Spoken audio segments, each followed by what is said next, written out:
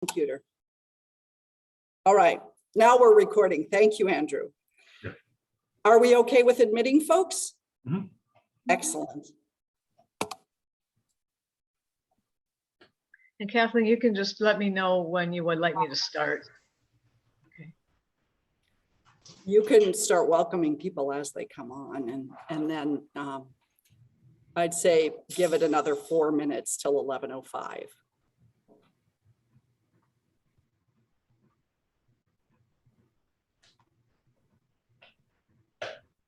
Good morning, Nita. Hi, Jill.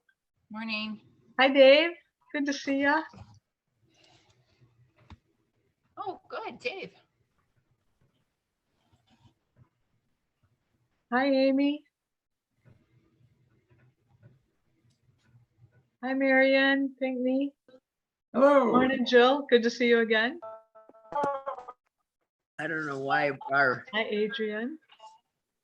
Hi, Toby. Do I need to do screen share? I can't see my You need to do audio. audio. No, I did. We got your audio. Okay, I got it. I see. There we are. There we go.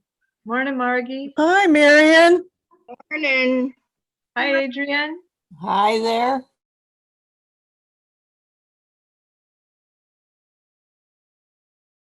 Hi, everybody. Opening it up. Jeannie is our host of this event, so I'm going to try to be quiet and pay attention to technical cues. I'm going to wait until about 11:05 to make sure everybody gets on that would like, and then we will go ahead and get started. Good morning, Pinkney. Hi, Barb. Hello. Can you hear us, Barb? Can you hear me? Yes, I can. Thank you. Good morning. Morning. Is that better, or do you want to? I'm thinking when he's talking anyway. Yeah, for now, let's see what's going on.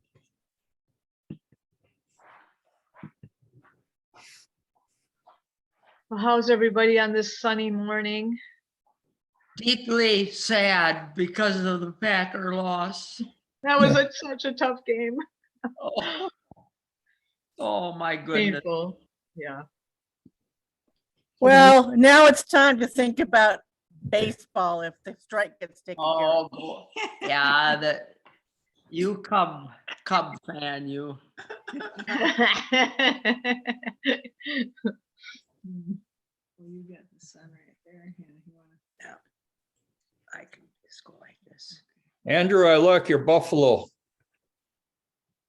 Yeah. Thank you. Good morning, Wendy.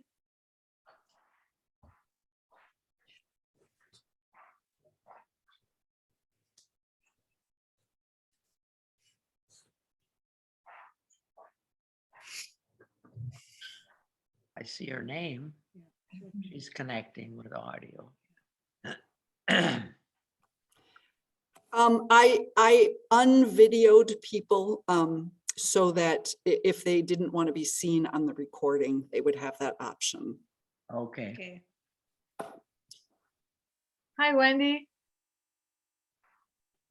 Glad to see you. Hi, Barb. I was thinking it's been at least 20 years since we've had a meeting like this. Does anybody remember the last time? I'm sure it was a good 20 years ago. Do you remember who spoke, Nita? Oh, no way. But Was it Jeannie Rotop? no, it was some outsider, you know. Oh, I think Kay Wittenberg was around at that time, and you know, an earlier chunk of retirees who was ready to Hi, hear Diane. how to do this. Yeah. Okay, Well, it was time to have a gathering. Yeah, for sure. Well, I think we can go ahead and get started. Does that sound good to you, Kathleen? First of all, I'd like to introduce Reverend Andrew Warner, as you've seen, he's a gifted preacher, and is such a gift to have him with us this morning. He's the director of development for the Wisconsin Conference for the UCC. And I first was met, if you will, Andrew, at the Wisconsin Conference this summer, which was also focused on generosity. And we've had quite a few chats and meetings from the summer until now, culminating in this, and then also other things that we're working on for the future. So for right now, I have a few housekeeping things. First of all, I'd like to welcome all of you. Thanks for taking time on this sunny, chilly morning to listen and learn, and that will give us a foundation to be able to continue the dialogue. And I'm so appreciative of that. We are taping, which is one of the upsides, I suppose. I was really quite disappointed that we weren't able to have a live time together, but I'm really happy for what we have. And as I said, my first meeting with Andrew was actually virtual too. So, but one of the upsides is that we're able to tape. So if you do not want to be on the tape, you can turn your video off. We'll keep everybody pretty much muted just so we don't get the background ambient noise. There's 3 different ways to have questions. You can actually enter them into the chat, and Kathleen's going to help moderate that. You can hit the little raise the hand button icon that's down on the bottom, and we'll see it on the screen. Or you can just raise your hand.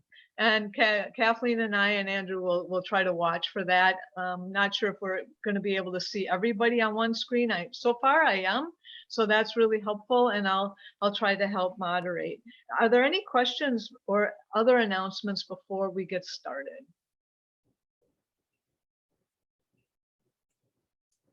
And I see that Ellen and Heather have just joined too. So welcome. So glad you're here. Really, really happy to have you here.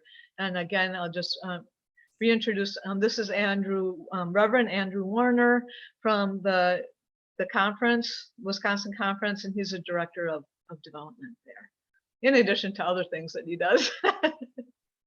All right, take it away, Andrew. Thank you, Jeannie, and thank you, Kathleen, for the invitation. Really appreciate this chance to be with you virtually. Of course, I look forward to being there in person, but we'll find perhaps another time when that makes sense in the course of this pandemic. But delighted to join with you this morning virtually as we think about plan giving. This morning, as I was watching the live stream service, that begins with that great drone view of your church facility. And it's just such a dramatic way to see it. I love the chance to get a sense of the place where you all worship and the way in which that's a physical home for your worshiping community. I think in a way, it also points to one of the challenges that we face as people of faith. You know, and what I would say is that a previous generation, our spiritual ancestors, gave us this great legacy in the buildings that they created and built for us. And it's our generational challenge, I think, to build a financial house for our congregations that's as strong as the physical buildings of brick and mortar that a previous generation built for us. So you have this lovely church building, which is a center for your worshiping community and for your congregation. Now, our conversation today is to think about how we might build a financial structure that's just as strong, vibrant, and supportive for the ministry that you all do as the physical place where you can gather. As we think about plan giving and why donors might make a planned gift, I want to start with what I think of as 4 spiritual or value motivations for giving. And I'm going to share my screen as I talk through those.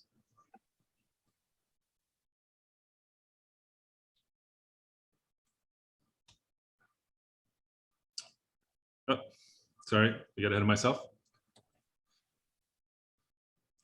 So when I think about planned giving and the kind of legacy gifts that we might give to our congregation, I think of a couple of stories from the church that I served in Milwaukee, Plymouth Church. And the first is a gift that happened 100 years ago. A gift was given in honor of Dr. Sarah Monroe by her friend, Emily Greenleaf. Now, I love this window for many reasons. One is I love this image, this moment that it captures where the shepherds are on the hillside of of Bethlehem. They've heard that Jesus is born, but they're not there with him yet. They're still on the hillside. And so they have hope in what the future may bring, but they're not there yet. And this is a perfect window for Dr. Sarah Monroe and her friend Emily Greenleaf, because really, I think today we would know them as a lesbian couple. These were two women who lived together for their adult lives, and yet their relationship couldn't at that time be recognized in the church or in society. And so they existed as two friends for their life together. This window, so Dr. Sarah Monroe and Emily Greenleaf, they made this gift in hope of what the church would be, in the hope of what would yet come, of what would yet be true. And Plymouth Church, like your own congregation, is an open and affirming congregation. So lesbian couples today can be recognized and honored in the church. And 100 years to the day, because of the activism of congregations like yours and like Plymouth and Milwaukee, Wisconsin became a state that recognized same-sex marriage. And so 100 years after Sarah Monroe died, there were lesbian couples that were married in the church beside this window. It's a way in which I think speaks to me about that motivation of making a generous planned gift, because we want to steward our hope over time. There are things that we will not yet see true in our life, but we want to see them to become true in the future.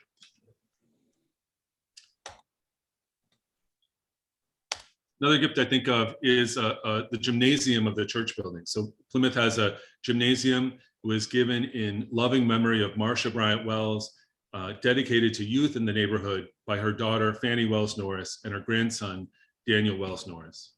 The Norris and Wells family were particularly focused on youth. Daniel Wells Norris went on to found a number of agencies that worked with what we would now call homeless youth and at-risk youth, a pioneer of what we would now call child psychology. So his family was really focused on the care of youth in the community. And they gave this gymnasium with a main entrance to the street, not through the church. They gave it this as a gift for the church to steward on behalf of children in the community. They couldn't have imagined that the gym would be used the way the gym would continue to be used. The picture shows a group of guys who have gathered for a 12-step group. This is a 12-step group that focuses on serving young adult men in the neighborhood. We're close to the UWM campus. And so they get together, they play basketball, and then they gather, as you see, in a circle to work their steps and to do their program. While the Norris Wells family couldn't have imagined a 12-step basketball group 100 years ago, their values of caring for youth and young adults were sustained by the church. And I think one of the reasons why people give a planned gift to our congregations is because they trust that the organization will steward those values over time. It is also, I think, highlights the way in which when we make a planned gift, it's best to make that with in as least a restrictive way as we feel comfortable, because times change.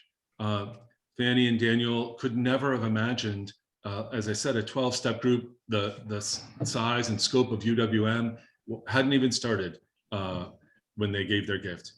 But because they gave it loosely, the gift was able to continue to serve their values over time as the neighborhood changed. We'll also give out of a sense of stewardship of risk. And here is a quote from a guy named Michael Collins, who I worked with on his planned gift. And I just love what he says here. The COVID pandemic taught me that the future is unpredictable. Tomorrow's uncertain. I don't know what will happen to me, to the church. He belongs to a small rural church, to our country. While I can't be sure of future events, I do know certain truths. In this congregation, I'm among a circle of friends who are committed to caring for others, helping one another, and supporting everyone in our community. My planned gift is an investment in an uncertain future. I think there are donors like Michael Collins who aren't certain what will come in the future of the church or the future of our society, but they want to use their gift to take a risk on that future because they believe in the church.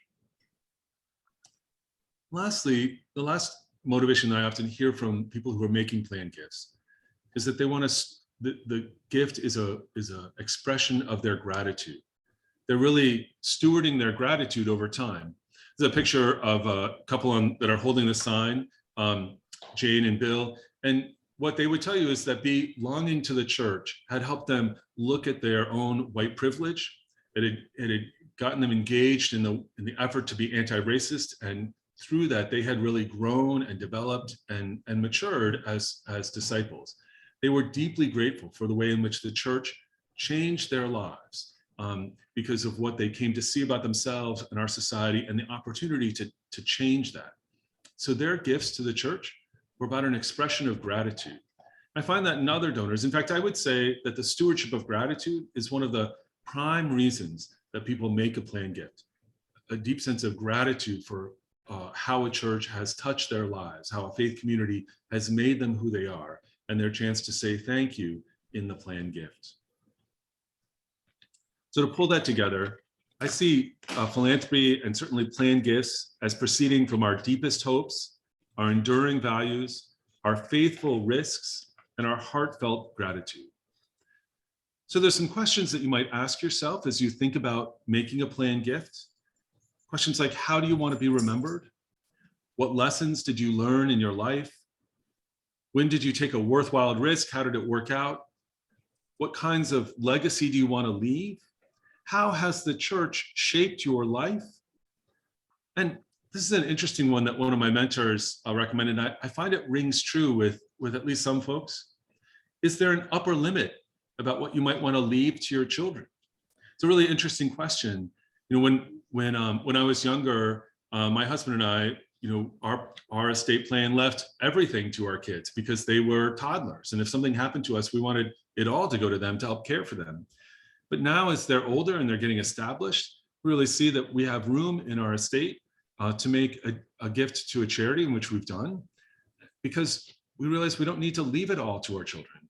We want to include other groups and organizations in our will as well. So as we think about planned gifts, I'll say that a planned gift is really any gift that takes a third-party professional to execute. So I can write a check to First Congregational Menominee. I can put cash in the offering plate. I can go online. All of those I can do on my own. But if I want to give a gift of stock, I have to call my stockbroker and make that gift. If I want to give real estate, or if I want to leave a gift in my will, I have to work with a lawyer or my financial planner to make those happen. So planned gifts are ones that involve a third-party professional to complete, and they're often about balancing the interests of loved ones, of charities, and taxes. Many people find that they can leave just as much to their loved ones as they want, but that by giving to charity, it reduces the tax implications on their estate and allows them to make a gift to charity instead of to the government. I want to talk about three kind of basic categories of gifts. There are gifts that help now. So, as we go on, I just want to acknowledge planned gifts can be irrevocable, meaning that they cannot be changed, or revocable, meaning that you can make a planned gift and then change that intention later. So there's several kind of gifts that help now. There's outright gifts of cash or stock, an IRA charitable rollover. There's a bargain sale. Those are, we'll talk about those as maybe a little unusual. And then donor advised funds also in this category of a way to make a planned gift that can help now to a charity. So you can, a donor advised fund is where you make a significant gift, you create a fund, and then every year out of that fund, you can make gifts to a charity. It's a great way. There's many tax advantages to using a donor advised fund. And many different brokerages offer them, including community foundations. I just want to mention about giving appreciated securities. You can donate stock. Again, because you donate the stock, you don't pay any capital gains on it, and that allows you to have more impact through your donation because you've not had to pay the capital gains. Many people can also make a gift out of their IRA. If you're 70 and a half, you have a required minimum distribution. That required minimum distribution can happen through a charitable gift to your church. And then lastly, I just want to lift up a bargain sale, just and partly because I think it's a really interesting way to make a gift. So New Hope Church in Jackson, several years ago when they were building their new church, they wanted to buy a piece of land to do it. They had enough money and could borrow enough to buy 10 acres of land. A member of their community had a 30-acre parcel to sell and said, I'll sell it to you for the price of what 10 acres would sell for, but you'll get the whole 30 acres. And so the donor was able to receive some cash from the sale, but was also able to gift a large portion of it. This is really a helpful way for those who have, say, a farm that they want to donate a portion of, but still retain, make some money off the sale of. It's an interesting arrangement to do with the charity. It can also work really well if you have a house that you want to sell, but you don't need to receive all of the proceeds from. A bargain sale can be a way to do that with the church. We mostly, though, when we think about planned gifts, are thinking about gifts that will help later. These are gifts that we might word into our estate plan. And this is the most common category of planned gifts. So those are things like a bequest in a will or a gift in our will. You could also very easily do a payment or transfer on death for a bank account or stock account. That's actually how I've done my own planned gift. I looked at my estate and realized that my traditional IRA is something that my kids would pay higher taxes on if they received. And so that was a good asset for me to think about gifting on my death to the conference. So you can look at different assets like a bank account or a brokerage account and gift that, just as you can make a gift in your will. The easiest way to make a planned gift, and this is what 85% I think of planned gifts are in this category, is a gift in a will. There's really 3 easy steps. You want to name the church in your will. Say, I want to give 5% of my estate or $10,000 to First Congregational of Menominee, Wisconsin. You'll want to include the federal employment identification number and the address of the church in your will. Your lawyer will help you with that documentation. You want to indicate if there's a restriction.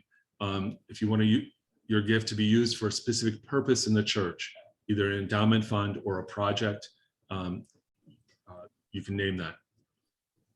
And then the third thing is to inform the church of your intended gift. And I really think the third one, legally, the first and the second are the most important. But in terms of our church community, the third is really, really key. And that's not because the reason why that's important is that we learn from each other. And so if you're willing to share this story that you've made a planned gift, it can help inspire someone else to also make a planned gift.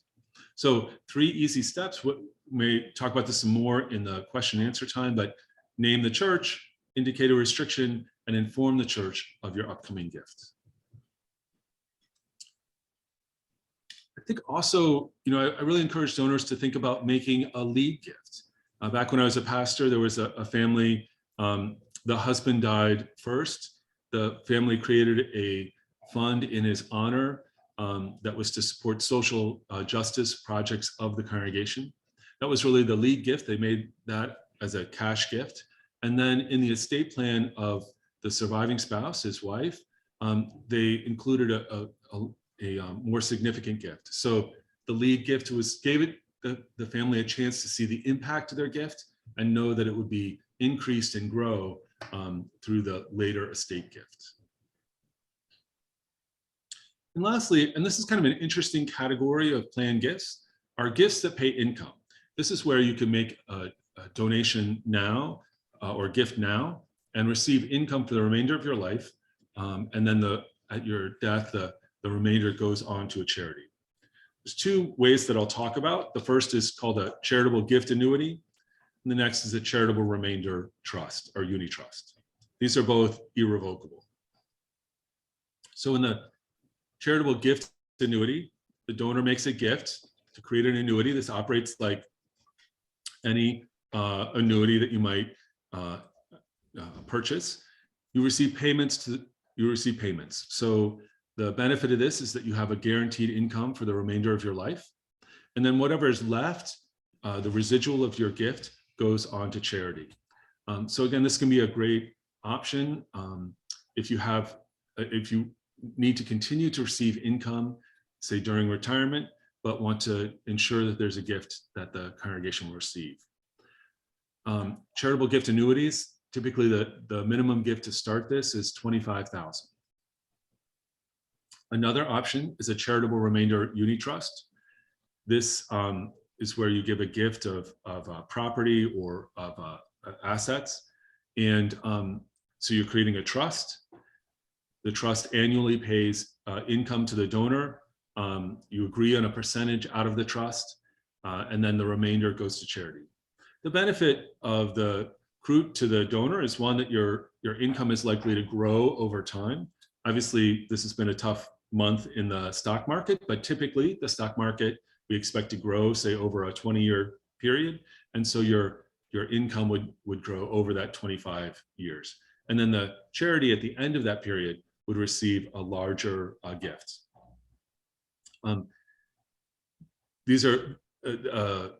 This kind of trust does require a lawyer to create, and typically it doesn't make sense to do unless the gift is $100,000 or more.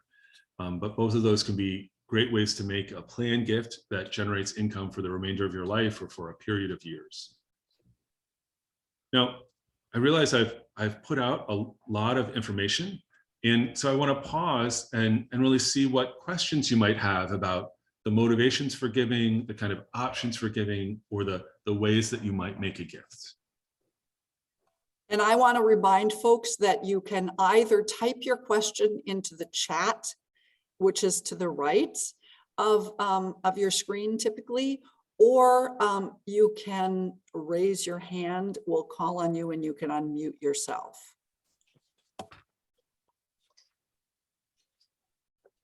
I guess maybe I'll just jump in. I was starting to write it, but I think I'll just ask it. I had learned about the Series 1 Treasury bonds that you can get. I guess each family can do, or person can do 10,000 a year, and it pays about 7%. So I was looking at that and just putting, maybe considering putting the church as a beneficiary of it, which would avoid the probate. Is that, being that I'm just new to learning all of this, I wondered your thoughts, Andrew. Yeah, I haven't. That's a new one. I haven't received any gifts like that, but that is an option where you can, buy a treasury bond now that pays out to the church. Certainly when my kids were born, they received money for college. That was that way, where family members bought a bond that would, mature in 10 or 20 years, and they benefited from that. We just cashed one in for my youngest son's tuition. So it can be a great way to do that. I think I would, I'm not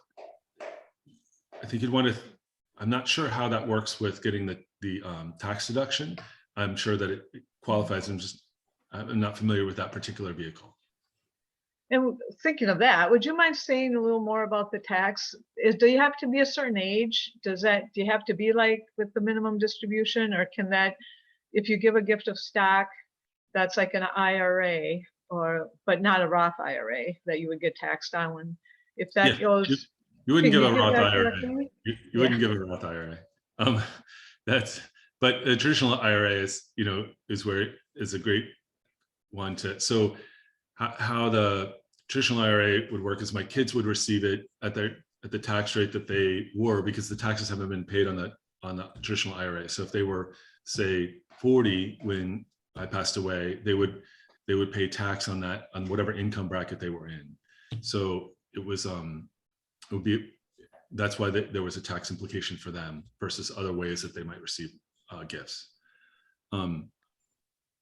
In terms of donating stock, the big benefit is the avoidance of capital gains. So, for a long time, my husband and I had some Exxon stock that he had gotten when he was much younger. It had appreciated a lot. He both didn't have the paperwork on what he purchased it for. It was just, it was a little bit of a tangle that way. It had appreciated a lot, so our capital gains would be pretty high on it. And so we used that stock for a while to donate because we avoided the capital gains tax. and we're still able to support our church. Does that work also with the IRAs that are traditional?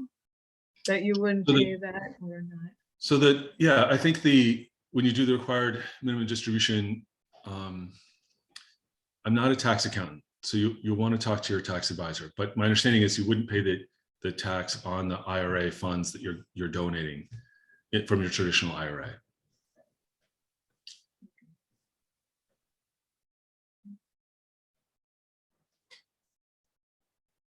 Other questions?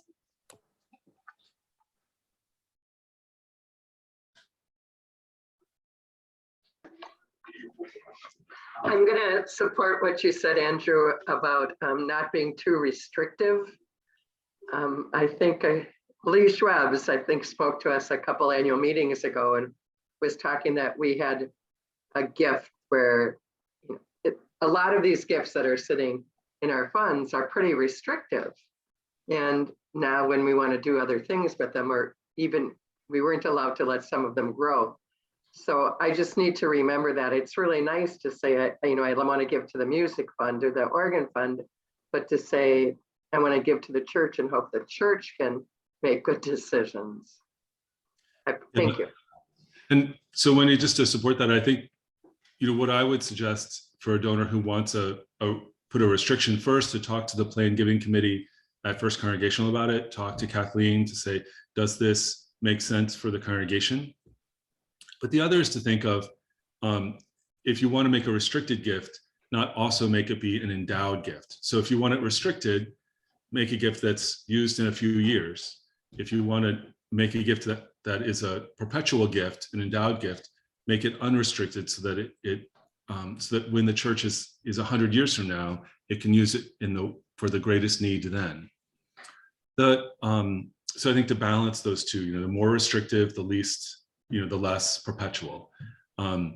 The example of where that gets hard is there was a congregation in Wisconsin that had received a endowed gift to fund the repair of their parking lot. Now, I never had a parking lot when I was a local pastor. I was always jealous of ones that had a parking lot. This church had a great fund to maintain the parking lot. The problem was it was a small church and their boiler was on its last legs in October. And that they were in a panic about how they were going to repair their boiler when they had plenty of money for their parking lot. That was the only endowment that they had. They were able to work with the donor's family. The donor was deceased to ease the restriction on that gift so they could repair their boiler. But that story could have easily not ended that way. And they could have had a completely snowplowed parking lot and a boiler and a church that you couldn't go into because it was frozen. So I think even well-intentioned restrictions can trip us up in the future. One restriction that I really liked from a donor was a donor at another one of our UCC churches. She restricted her gifts. She said she didn't like the idea of it going into an endowment and only 5% being used a year. She said, you know what? I want my gift used, whatever my pledge was when I die, I want you to use my estate gift to sustain my pledge for however long it lasts. It was a great restriction because she knew that she was one of the larger donors in the church. And so when she passes away, the church will lose that pledge. It will affect the church budget. And so this was a restriction that gives the church a way to make that transition. And whether her gift lasts for 3 years or 10 years, she wants it used up in the annual operations of the church, knowing that it won't be perpetual. I really thought that was kind of a creative way to make a restricted gift that really helps the church make that transition when this donor passes away.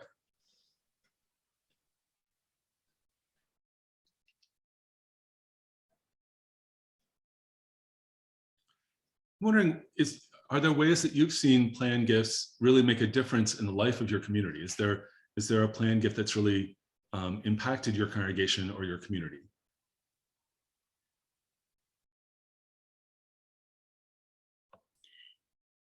I can share the one I know about because Tom Schmeltzley loves to talk about this with folks. It's out there. the family, the Schmeltzley family, set up a donor advised fund with the community foundation upon Barb Schmeltzley's death, that would continue to carry out her passion for assisting women with educational opportunities.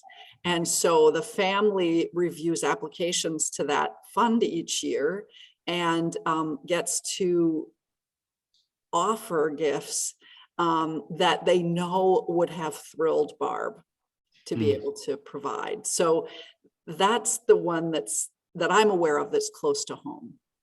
And that's not our church, right? That was through the community It was through foundation. the community foundation, but it is a member of our church, and it is carrying out a kind of ministry that she was very invested in during her lifetime. I think also what's interesting about that gift, Kathleen, is that it helps form that next generation in being philanthropic. So those children, her children that may be involved in making those decisions about reviewing those grants, I bet are also learning a lot about what it means to be generous like their mom.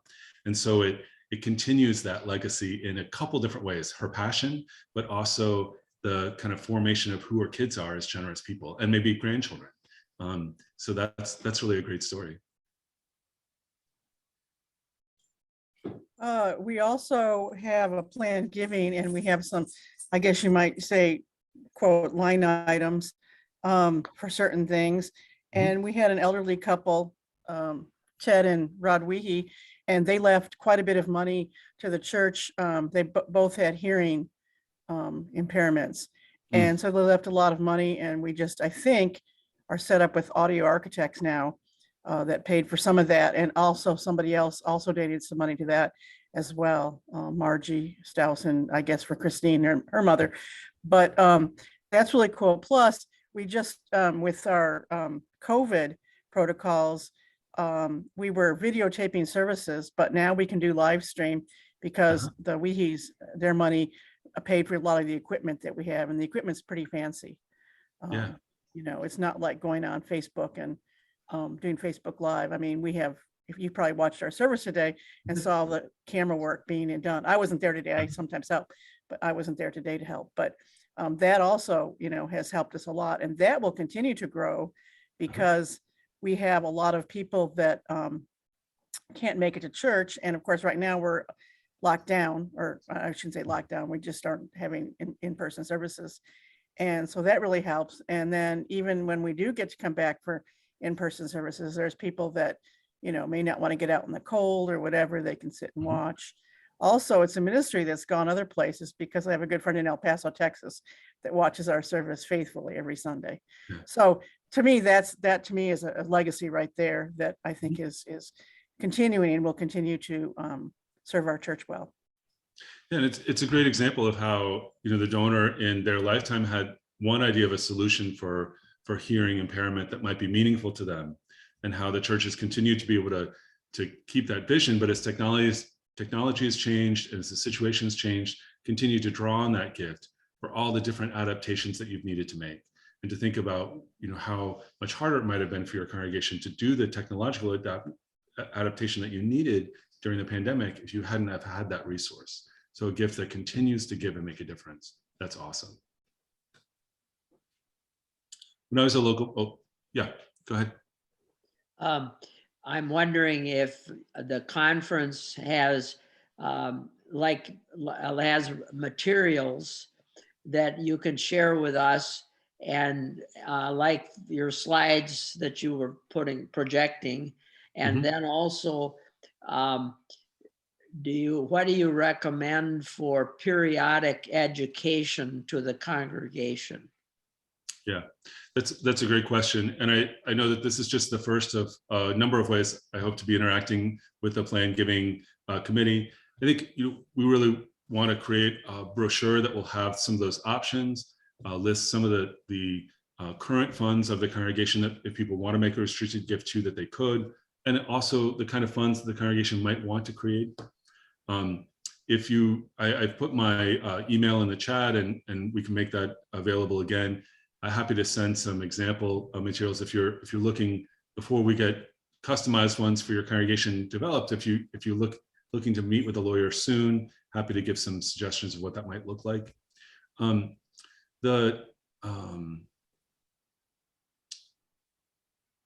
think I got lost in, I'm not sure I answered all your questions, but I think you asked about how frequently to do this.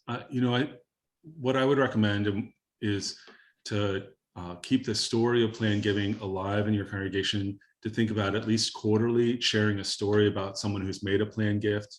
And so that's one of the reasons why I include that third point. If someone makes a gift in a will, for them to share that with the church, and then hopefully to write up the story. One of the things that does is you can then tell a variety of stories about the kinds of gifts that people are making. And people are more likely to make a planned gift if they realize that someone who sits in the pew with them has also made a planned gift. You can tell the stories of the planned gifts that you've received. When I was a local pastor, we had a woman who lived very modestly. She didn't earn a lot of money. She was able to give a modest annual contribution to the church. In her death, she remembered the church was able to give a $10,000 gift. That was a much larger gift than she could have ever given in her lifetime. And it meant a lot to her to be able to give it to her church family. It was a story of, it's important to tell a story like that, because, Marion was she was not, that's your name. Her name was close. Ms. Reinke was not someone who had a lot of means, and people knew that. But when we received her gift, they could see everyone can make a planned gift. We also, received much larger planned gifts, and so there's a real breadth. I think it's important to tell those stories. I like quarterly to keep it kind of in front of people. I would say that January is a great time, like we're doing now, to have an annual reminder, a workshop of how to do this. And I think also, so quarterly stories, annual workshop, maybe you might want to combine it with a chance to say, let's think about how to name what your funeral plans would be. What would you like to have happen? I know when I was a pastor, if someone had written down directions of favorite hymns and scriptures, it made it so much more meaningful to plan their service. I see Kathleen smiling and know the same thing. When someone has helped tell you what's meaningful to them, it's a much richer service. Right. And then third, I think, is a question for the Plan Giving Committee. Would they be willing to do some one-on-one outreach, to call someone up and say, I know that you love our church, and you might have considered already making a planned gift, or would you be open to thinking about making a planned gift to help our church? That personal invitation really makes a difference in increasing the number of planned gifts to a congregation. The other thing I was just thinking of, Andrew, was our gift that Amy mentioned from the Weehees for our audio system. I suppose some kind of a dedication, acknowledgement of that is another way that the congregation would be informed and inspired. Yes. Yeah. I might occasionally say, not every Sunday, but the NPR plug, our live streaming today is made possible because of a gift we received from this family. When I was a local pastor, we had some funds that we had one gift that we received. We created a new initiatives fund. It gave us, $6,000 or $7,000 a year to try something new. It was the church council could pick the project. But whenever we did that project, we would say, funded by the Gene Hutchinson New Initiatives Fund. And when people see a gift being used, they see why it's important. I think of that as my grandmother rule. In my family, I got my grandmother's china and her silverware because she knew that I was using it to entertain people, and because I wrote her a thank you letter. But the two things, that she knew that her gift would be used, and that I would be having dinner parties and using that, mattered to her. And she knew my siblings weren't having dinner parties, that I was the kid who entertained that way, the way that she did in her life. And so I received her china and her silverware. And likewise, I think, people in making a planned gift want to know that it will make a difference. I was recently talking to my mother-in-law, who's in her 90s, about if she wanted to make a gift. And she had long worked for a school that serves deaf children. And I said, do you want to make a gift there? And she said, no, they've got a huge endowment. And I was like, oh, okay. I was really surprised, but she looked at what the kind of gift that she could make and the size of their endowment and decided that school did not need her gift. And I looked it up and she was right. They have like a $500 million endowment. Her gift would not make a dent in their endowment. Instead, there's other charities that she wants to support where her gift and the size of the gift that she can make will make proportionally a bigger difference. So people want to know that their gift will matter for the organization. They want to know that it will be used, that it will, that the values that they care about will continue. Thank you for sharing that, Andrew. I have two points. One is a little shout out to Marion and Heather who write our thank you notes. And I think that does make a difference, that people appreciate acknowledgement and the appreciation for their gifts, and to have that done is really important. My question is, and this is a little bit more, I guess, maybe planned giving, but I would like yours and others actually feedback too, is like Amy was mentioning about the Weehees, and they have both passed away. And so it's really easy to acknowledge their gift. And that would be great, actually, Amy. Yeah, thanks for the suggestion on that. But how do we acknowledge, or do we acknowledge, mostly I guess it would be how, when people are living? Because I think our community is kind of shy that way. Like you wouldn't want to bring that attention upon yourself, and yet still that might be an inspiring story for someone. Mm-hmm. So I wonder your thoughts, and then if you're open to that, to get maybe other people's thoughts, because that's something I've wrestled with on the Plan Giving Committee. Yeah, I mean, I think that's really true here in the Midwest and in Wisconsin. People are not are more reticent to say that the size of the gift that they make. I grew up on the East Coast in the Washington, D.C. suburbs. People were not shy there about having their name on a building, or wanting to make sure that their name was top of the list of donors. Interesting. But I think that's a different, cultural value here in the Midwest, that people have a different approach to giving. At the same time, I think that if you talk in your community about why it makes a difference, that what we want to talk about is not the size of your gift, of whether you're giving $1,000 or $1 million in your estate, but what we want to talk about is that you're remembering the church in your estate plan, and that we're asking you to share that because we want to thank you, just like we thank Sunday school teachers and we thank the choir. We want to thank that group of people who are our plan giving donors, future donors, and because you're, just as the Sunday school teacher being recognized helps inspire someone else to think, oh, maybe I want to be a Sunday school teacher, that we want to help inspire someone else to make a planned gift, and that the story of your example can help someone else think about making their own gift. I think in talking about the planned gifts that have been made or the commitments that have been made, I would not include the dollar value of what that planned gift is.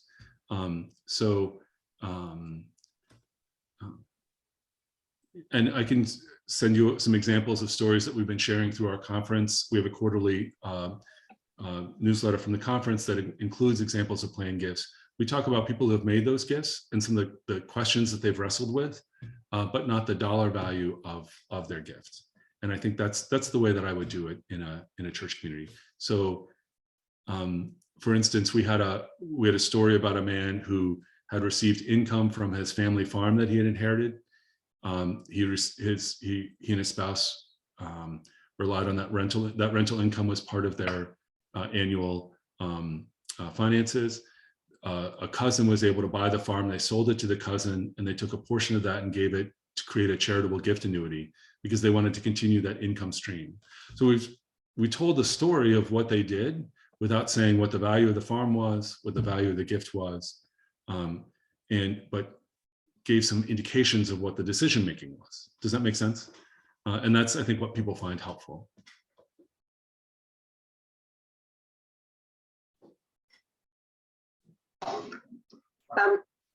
This might be off topic because it's a little bit different, but here in the group of us, we have people that are involved in our, what I call the 3 revenue streams, but you might call them something else. But the planned giving, our regular pledges, and our capital campaign.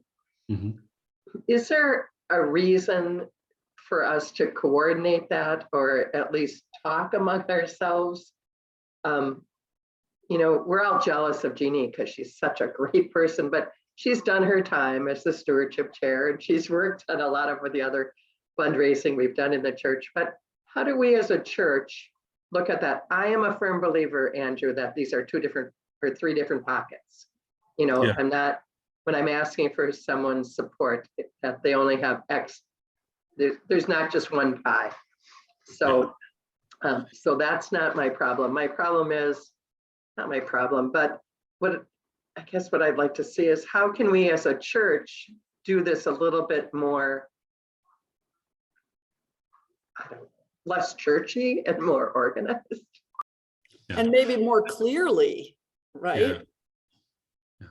Yeah. Wendy, I want to affirm that your intuition that this is not one kind of pot of money and people can either make this gift or that gift, that there is really, when people make a gift to an annual campaign, it comes out of their checking account, connected to what their annual earnings are.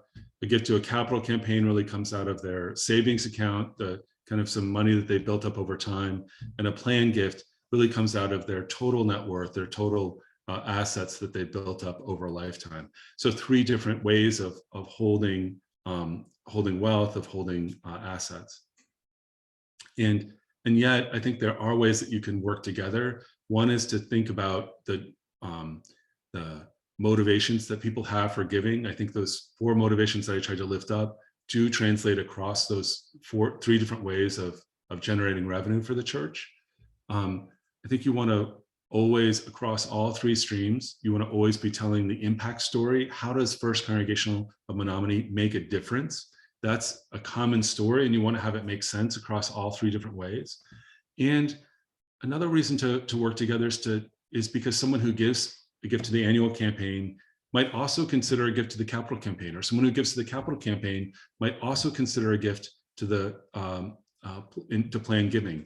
So someone who's given to one of your 3 areas is likely to consider one of the others. Now, I don't know what your experience with the capital campaign was, but I found that annual giving didn't necessarily predict what the capital campaign gift would be, and vice versa. And it had to do with a couple of different factors. One was what kind of project did people find most compelling? Some was the difference between checking and savings, or income and assets. I will say, I think that the people who are donors to your annual campaign and donors to your capital campaign can be really useful information to share with the planned giving committee, because those are people who would be really great to invite to make a planned gift if they haven't done so already. There's some studies that have shown that some of the people who are most likely to make a planned gift are people who are your monthly sustaining donors. So someone who signed up to give, $50 out of their checking account every month is much more likely to give a planned gift than someone who gives $1,000, randomly during the year to the church. Even though the gift is bigger for the $1,000 giver, that someone who's shared their bank account and linked up that way is just they have much more commitment and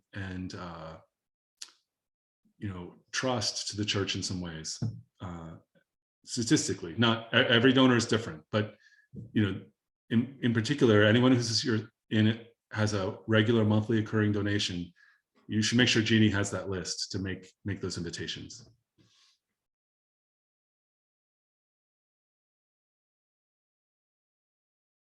I have a question that I kind of want to direct to the group that's here.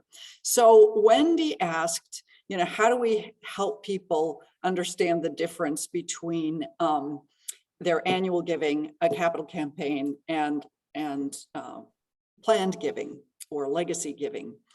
And you answered it really beautifully, Andrew, from the standpoint of what those different kinds of gifts come from for individual donors.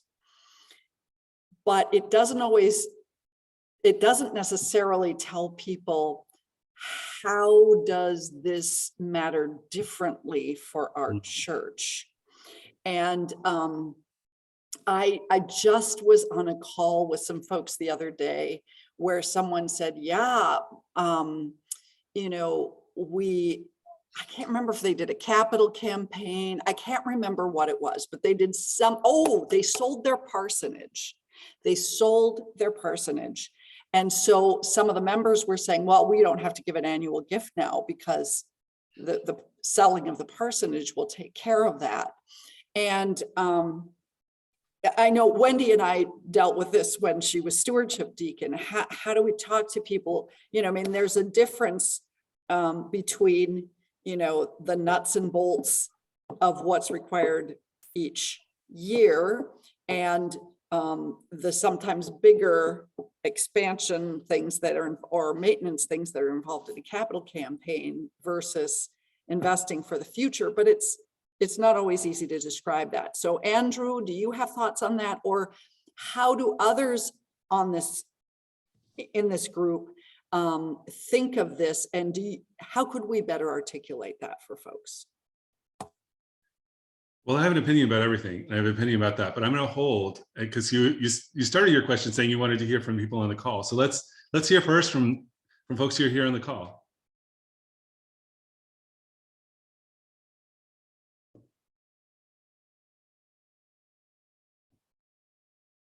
Don't everybody talk at once.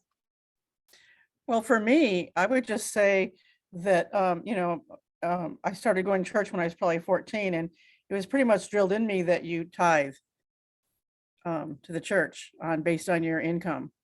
And I thought, well, that's good. But then I thought, but what about other charities that I want to support too? You know, I mean, I can't do everything for everybody. So I give what I can to the church, and then I have maybe one or two other charities that I'm interested in giving to as well. But I will always have some sort of pledge that I will do every year. And I think that was just because it was instilled in me. And I don't know how you can instill that in people, but I think that's important. And it's biblical too, you can use the Bible and say, tithing comes straight from the Bible.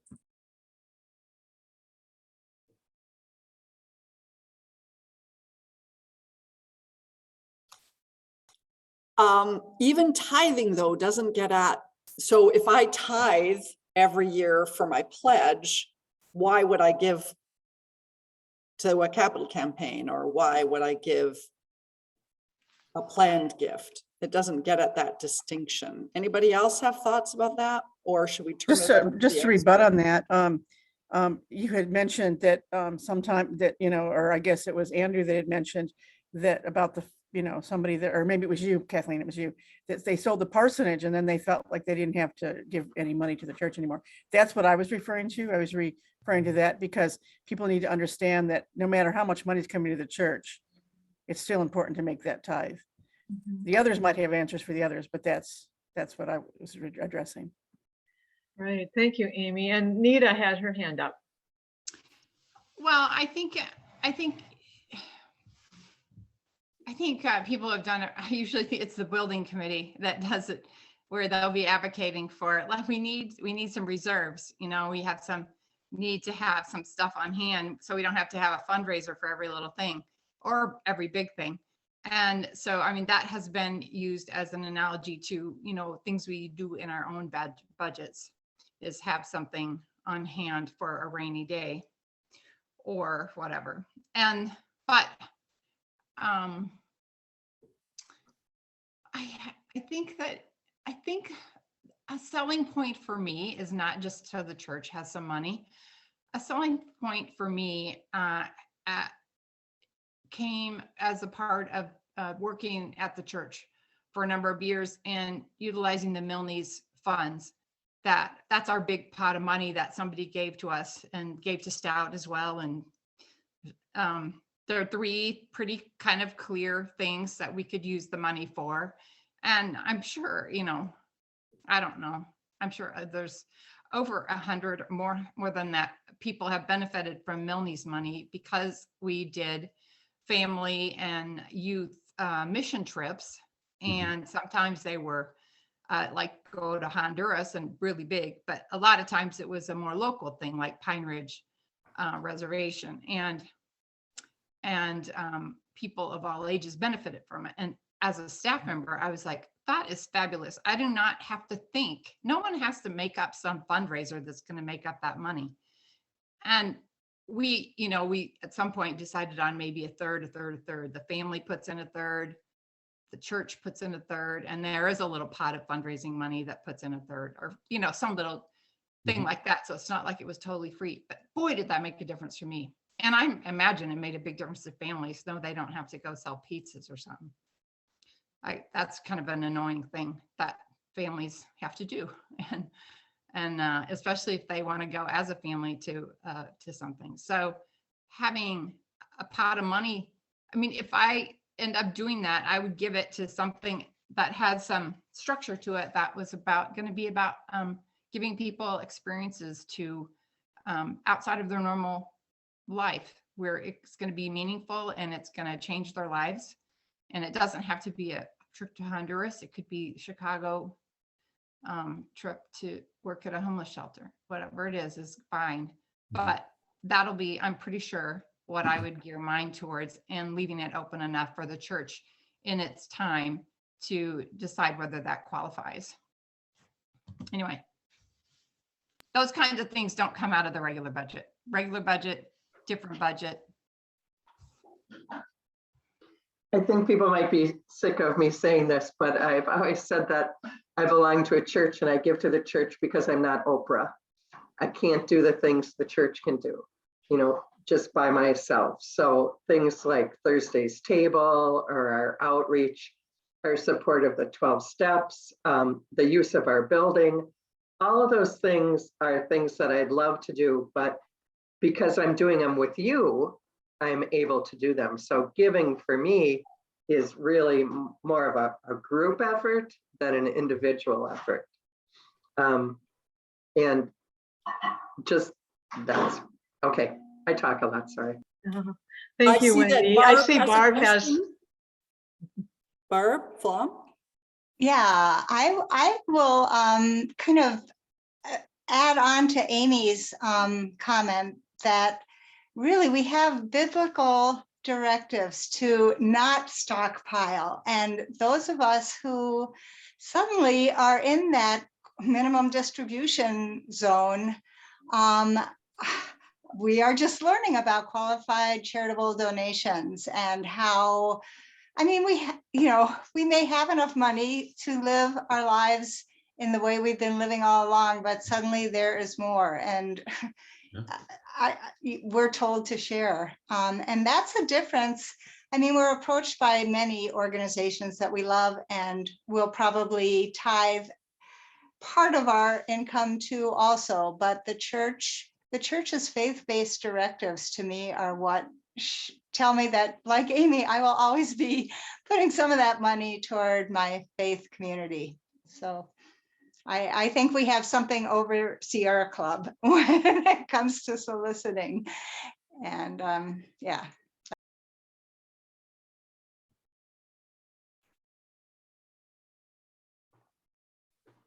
Thank you, Barb.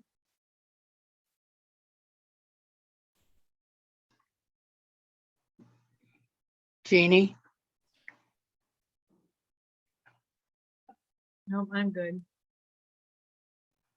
One thing that I heard years ago was that people didn't want to be recognized for things, not necessarily money, but things that they had done for the church.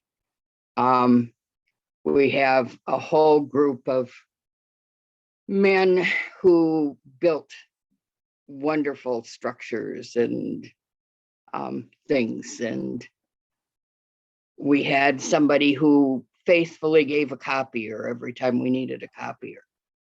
But those are things that we didn't really know about, or we didn't advertise, or we didn't recognize. And I was told that that's just how we did it. And when it comes to giving monetary gifts, there may be people who still have that kind of mindset. They want to give, but they don't want to be recognized. And I don't know how pervasive that is in the congregation anymore, but it sure was a few years ago. And honestly, there's biblical precedent for that too, you know. There's biblical precedent for, you know, not giving alms in public where everybody can see how faithful you are.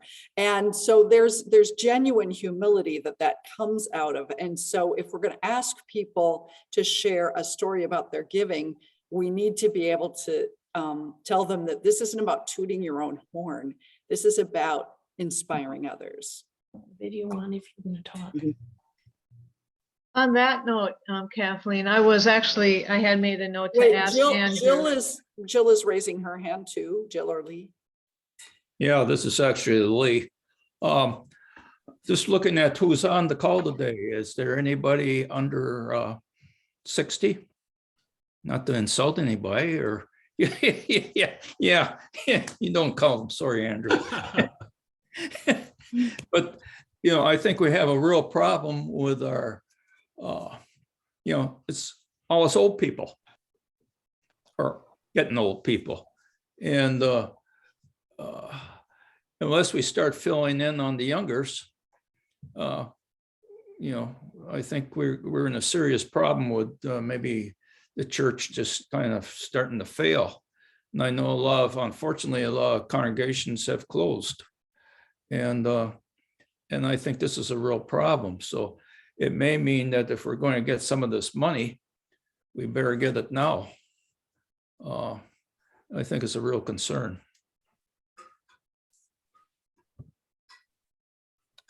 Jeannie, you've shared thoughts about that specifically that have to do with investing. So because the next generation doesn't have the same economic advantages. I don't know. Well, I think there's a couple things. One, I think Lee makes a good point just about the demographic change, and yeah, I think you're spot on with that, Lee. The other is probably two other thoughts. Is one, developmentally, we're at we look at lifespan development. Those of us are interested in this because we're getting closer to the end of life, and so it has a different focus. And as Barb said, many of us have means we never thought we ever would have. You know, at least for me, I'm shocked. So to have enough disposable income that you can think, what do I want to really do with this, and be more mindful about that. And then the third is, I did invite some younger people, but I just think they're not in that mindset yet. And so I think if we follow a little bit more of Andrew's thoughts, that we have at least planned giving becomes more in the ethos of our church giving, that it's included within the capital campaign and our annual giving, that we also talk about planned giving, which historically we haven't. And that's and so I think that will be really quite important. And then to your thought, Kathleen, what we've talked about is that I also am concerned about the what kind of resources will the 40-year-olds have. That I just think we came out of a time that we have pensions, and for many of us, not all, of course, but that I'm not sure when we think about a social justice aspect of this, is providing a sense of justice for the younger generation, who literally may not be in the same place that I'm at in 60 years for the same effort of work. I don't know if that answered your question or got to your thought, Kathleen. I see Ellen and Lee or Jill have raised their hands.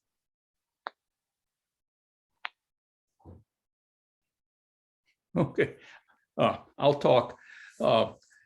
Andrew, I know you're not a financial planner, but what happens if we put in our will that we're going to give this amount to the church, but we end up in the nursing home and we run out of our money, and so the state gets involved? Can they get to that money, or is it still sacred? Well, it depends on how it was given.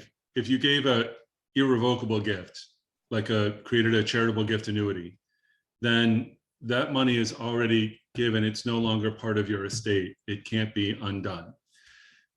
If you have a revocable gift, meaning that you can change your mind, then I'm sure the state would want you to use that, spend that asset. You know, I do think it is, in terms of like a gift and a will, I think this is why it is helpful to give a percent of an estate as opposed to a dollar figure. So, you know, if you wrote in your will, I want to give $10,000 to First Congregational of Menominee, and then you, by the time you died, your estate had $11,000 in it. The first 10 would have to go to the church because that was a named amount. Whereas if you said, I want 5% of my estate to go to First Congregational of Menominee, and your estate was worth $10,000, then $500 would go. And if it was worth $1 million, then $50,000 would go. You know, so it gives a way to make a gift, but have it be adaptable for what your situation is at the end of your life. But you know, what is, I think, helpful about making a revocable gift, so putting in your will, or naming the church as a beneficiary of a checking account or a stock investment account, is that if your needs do change, you still have access to that money, so that if you're you can make an estate plan when you're 80, and then when you're 95, if things have changed, you can redo it. You know, you still have access to those resources.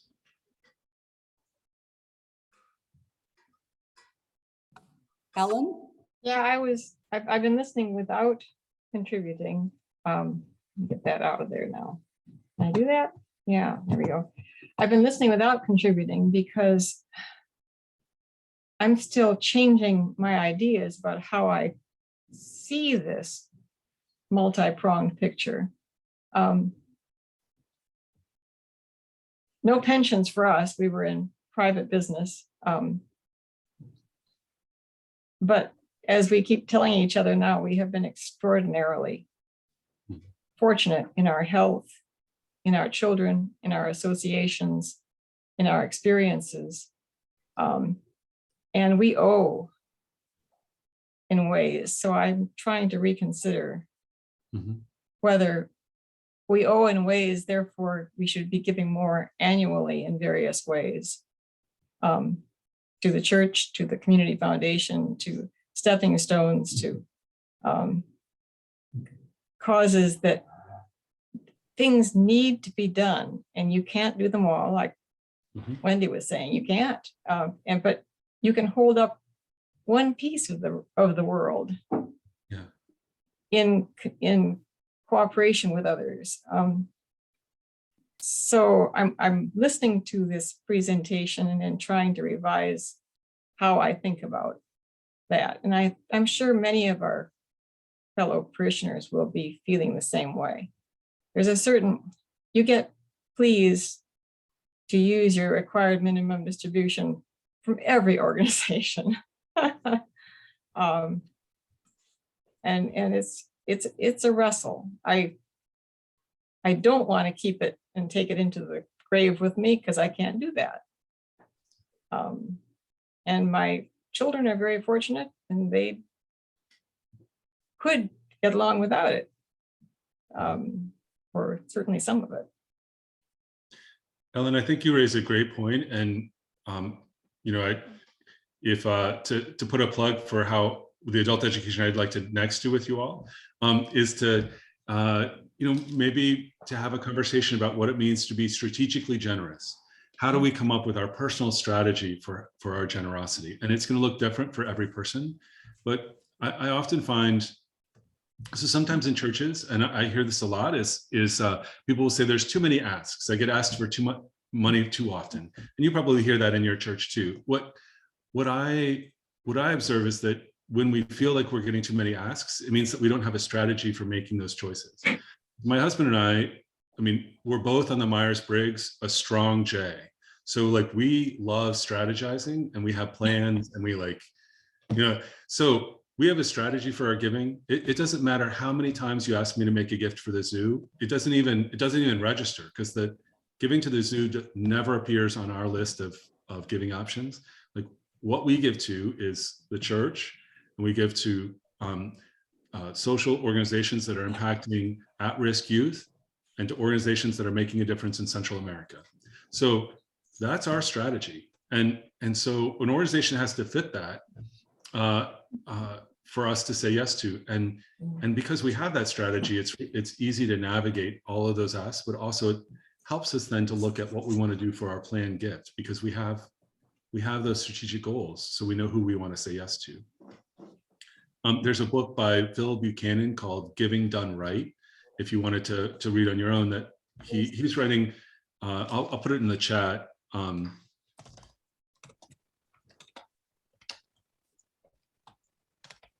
Turns out I can't type and talk at the same time.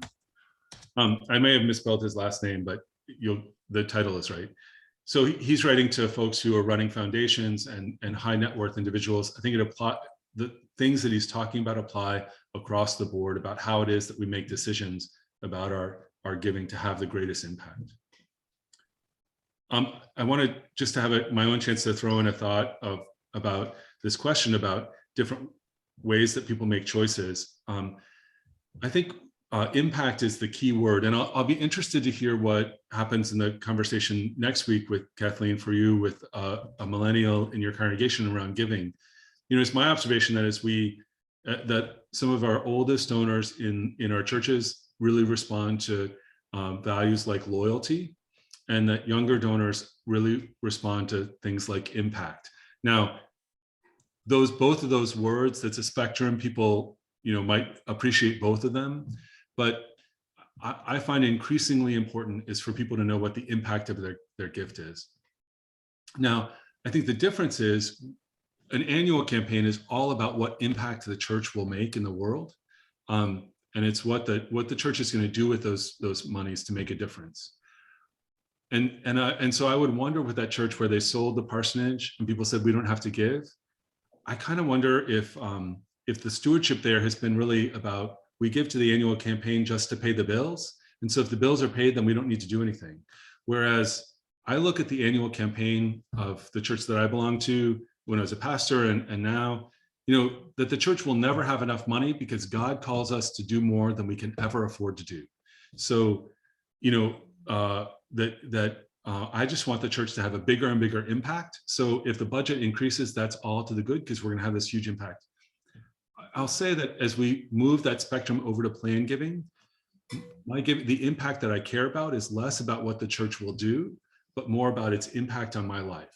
That planned gifts are about giving to places that have impacted me personally, and less about the impact that they are going to have after I'm gone. So that's kind of how I think about it. Impact is still the key word, but it's kind of a shift from the impact the organization has externally to the impact the organization has had just on me.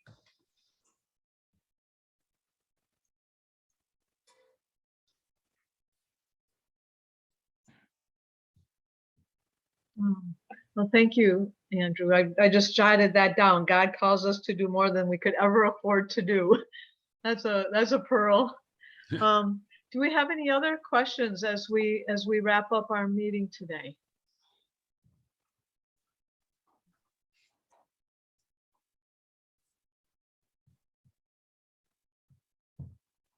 I'd like to say thank you to Andrew and Jeannie for your leadership today. And having this meeting, I think, was very helpful. Great. We really appreciate all of you taking the time to get on too, and we'll be following up, and hopefully we'll be able to have further discussion. And again, thanks for helping us lead this discussion, Andrew.